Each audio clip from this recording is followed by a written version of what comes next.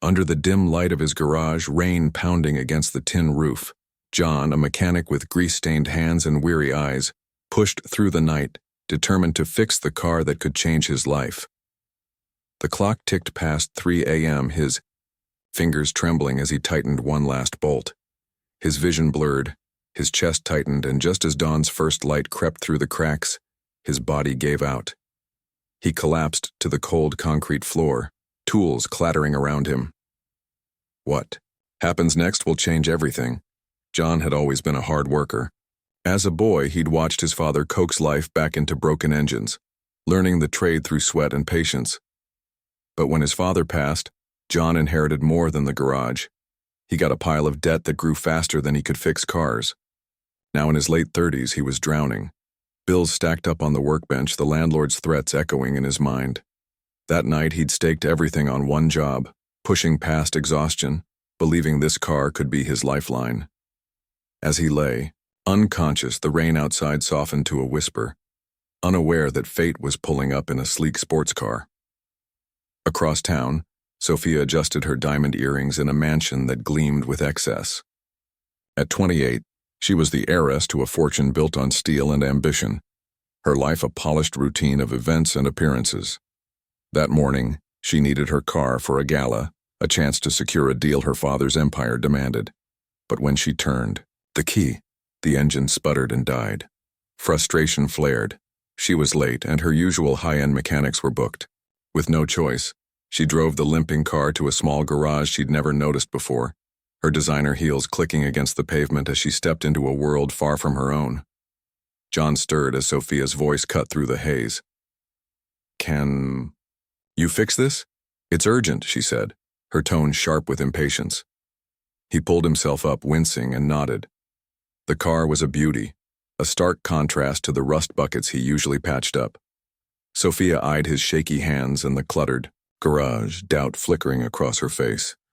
But John got to work, his pride and desperation driving him. Their first exchange was tense. She was curt, he was gruff. But as the hours passed, something shifted. She lingered, watching him, and he sensed her gaze.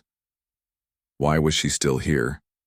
The question hung in the air as he wiped sweat from his brow, the car humming back to life beneath his hands.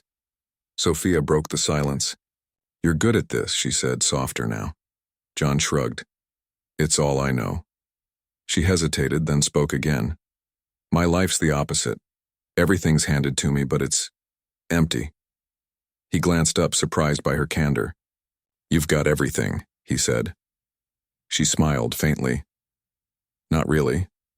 Not connection, not purpose." Her confession stunned him. A woman who could buy anything admitting she needed something he might have. As he handed her the keys, their fingers brushed, and she didn't pull away. What did she see in him that she couldn't find elsewhere? The thought lingered as she drove off, leaving the garage quieter than before. That night, Sophia returned, her face pale with panic. "John, I need you," she blurted. He froze. "My father's been kidnapped. Ransom's millions, and I can't trust the police." Her voice cracked, the heiress unraveling before him. John's own world was crumbling.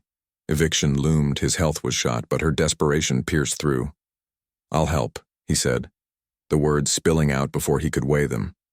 They hatched a plan, tracing leads to an abandoned warehouse. John's hands, so steady with engines, shook as he cut through a lock, Sophia whispering directions. Just when all hope seemed lost, they found her father, bound but alive, and got him out.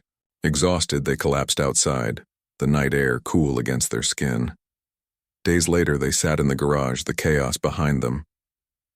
"You saved him," Sophia said, gratitude softening her eyes. John shook his head.